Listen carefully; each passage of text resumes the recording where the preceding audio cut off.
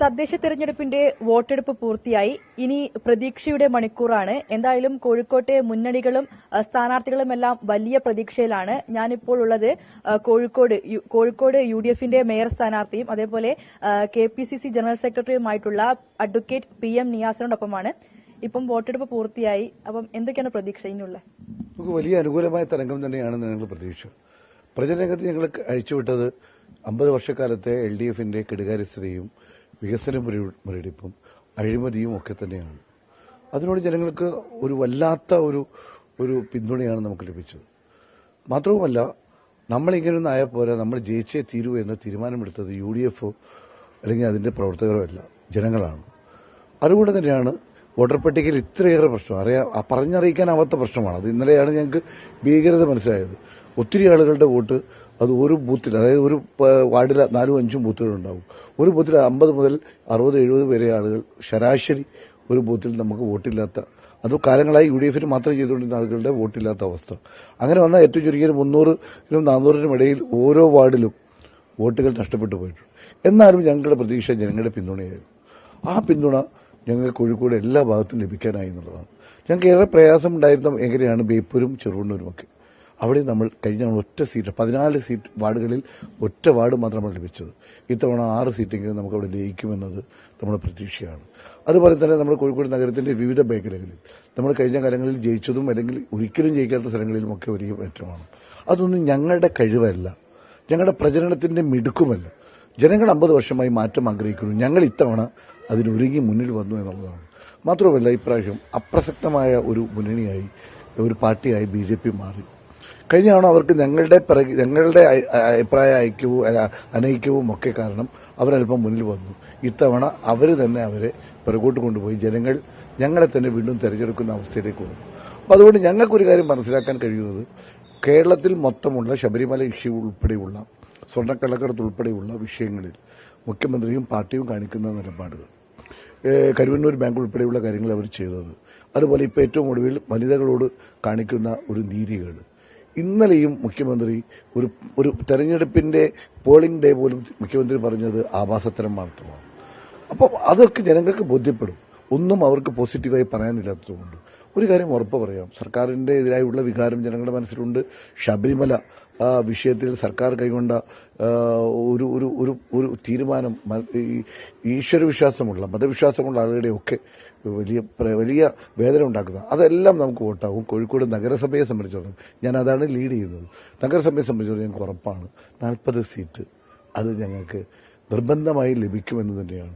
ഇനി ഞങ്ങൾ 40 പറഞ്ഞാലും ജനങ്ങൾ അതിലും കൂടുതൽ വന്നേക്കുമോ എന്നുള്ള ഒരു പ്രതീക്ഷ മാത്രമാണ് നമുക്കുള്ളത്. അതുകൊണ്ട് ഞങ്ങൾക്ക് ഒരു കാര്യം തുറന്നു പറയാം, ഇത് മാറ്റത്തിനുള്ള സമയമായി എന്ന് ജനങ്ങൾ ചിന്തിച്ചിരിക്കുന്നു. മാറും എന്ന് തന്നെയാണ് ഞങ്ങളുടെ വിശ്വാസം. കഴിഞ്ഞ തവണത്തെ അപേക്ഷിച്ച് ഇപ്പം കോഴിക്കോടാണെങ്കിലും വടക്കൻ കേരളത്തിലാണെങ്കിലും പോളിംഗ് ശതമാനം കുറഞ്ഞിട്ടുണ്ട്. അതൊരു പ്രതികൂലമാകും. പോളിംഗ് ശതമാനം കഴിഞ്ഞ തവണ തെരഞ്ഞ 2 കാര്യങ്ങളാണ്. കഴിഞ്ഞ നമ്മുടെ കോവിഡ് സമയത്ത് പ്രായമുള്ളവരെയും കോവിഡുള്ളവരെയും 80+ ഉള്ളവരെയും ഒക്കെ വീട്ടിൽ പോയി ചെയ്യുന്ന ഒരു സാഹചര്യം ഉണ്ടായി. അതുകൊണ്ടെന്ന് വെച്ചാൽ ഒരിക്കലും പുറത്തു വരാൻ പറ്റാത്ത ഒരു 10% ആളുകൾക്ക്, അല്ലെങ്കിൽ വീട്ടിൽ നിന്നും ഒരിക്കലും കൊണ്ടുവരാൻ കഴിയാത്ത ആളുകൾക്കൊക്കെ വോട്ട് ചെയ്യാൻ ഉള്ള അവസരമുണ്ടായി. അതൊരു പോസിറ്റീവ് ഘടകമാണ്. രണ്ടാമത്തെ ഘടകം, ലോകത്തുള്ള മുഴുവൻ മലയാളികളും കോവിഡ് കാരണം നാട്ടിലേക്ക് തിരിച്ചെത്തി. അവർക്കൊന്നും ജോലിക്ക് പോകാൻ കഴിഞ്ഞില്ല എന്ന് മാത്രമല്ല, അവർക്കൊന്നും വീട്ടിലും പുറത്തു പോകാൻ കഴിയാത്ത അവസ്ഥയായിരുന്നു. എന്റെ ഇപ്പോൾ വാർഡ് തന്നെ എടുത്തു നോക്കിയാൽ ഏതാണ്ട് 500ഓളം ആളുകൾ, അന്ന് ഉണ്ടായിരുന്ന ആളുകൾ ഇന്ന് നാട്ടിലില്ല, അല്ലെങ്കിൽ ഇന്ന് ഇന്ത്യയിലില്ല. അപ്പോൾ അങ്ങനെ ഒരു സാഹചര്യം, അനിതര സാധാരണമായ ഒരു സാഹചര്യം ഉണ്ടായതാണ് കഴിഞ്ഞ തെരഞ്ഞെടുപ്പ്. അപ്പോൾ ആ തെരഞ്ഞെടുപ്പിനേക്കാളും പോളിംഗ് എണ്ണം, ആളുകളുടെ എണ്ണം കൂടിയിട്ടുണ്ട്. ശതമാനത്തിൽ ചെറിയ വേരിയേഷൻ ഉണ്ടായി എന്ന് മാത്രമേ ഉള്ളൂ. അതുകൊണ്ട് ഞങ്ങൾക്ക് പറയാനുള്ളത്, ഇത് ഞങ്ങളുടെ തെരഞ്ഞെടുപ്പല്ല, ജനം ഏറ്റെടുത്ത തെരഞ്ഞെടുപ്പാണ്.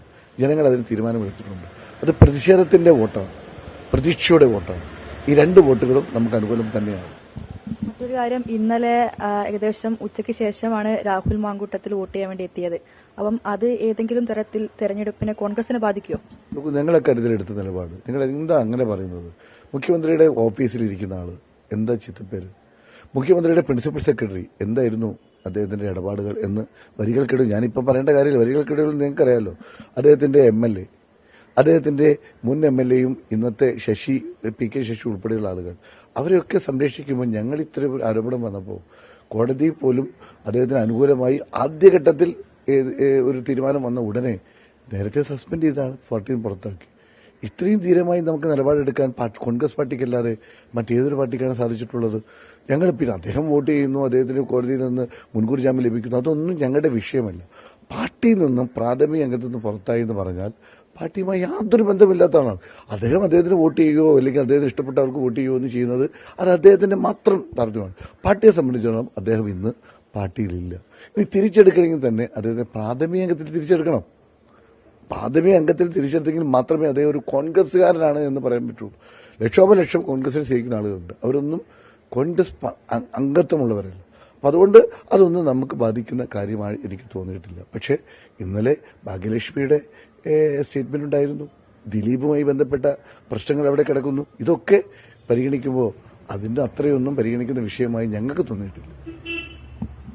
എന്തായാലും വലിയ വിശ്വാസത്തിലാണ് UDF ഉള്ളത്. സംസ്ഥാനത്ത് അതേപോലെ തന്നെ കോഴിക്കോട് ഉൾപ്പെടെ വലിയ വിജയം നേടുമെന്നുള്ള വിശ്വാസം തന്നെയാണ് അഡ്വക്കേറ്റ് PM നിയാസും പങ്കുവെക്കുന്നത്. ക്യാമറാമാൻ ശ്രീജിത്തിനൊപ്പം വർഷ ഗിരീഷ്, അമൃത ന്യൂസ്, കോഴിക്കോട്.